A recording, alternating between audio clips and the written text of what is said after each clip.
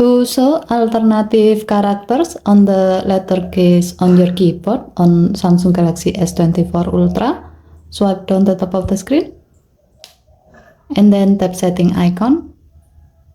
Scroll down the screen to find general management. Tap general management and then tap Samsung keyboard setting. Scroll down the screen. Under Style and Layout section, tap Layout and then tap the gray on offset next to alternative characters until the switch turns blue to turn it on. With this option is on, now alternative characters are displayed on the letter keys.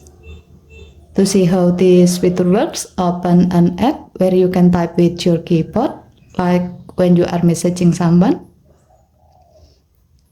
Tap the text wheel to show up the keyboard.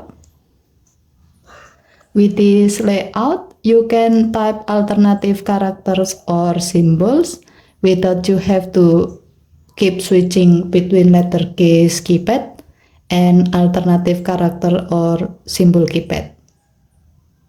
As the example, you can type hashtag by long tapping the letter D key. Type a question mark by long tapping the letter M key. And so on. Okay, thank you for watching. Please help to like and subscribe.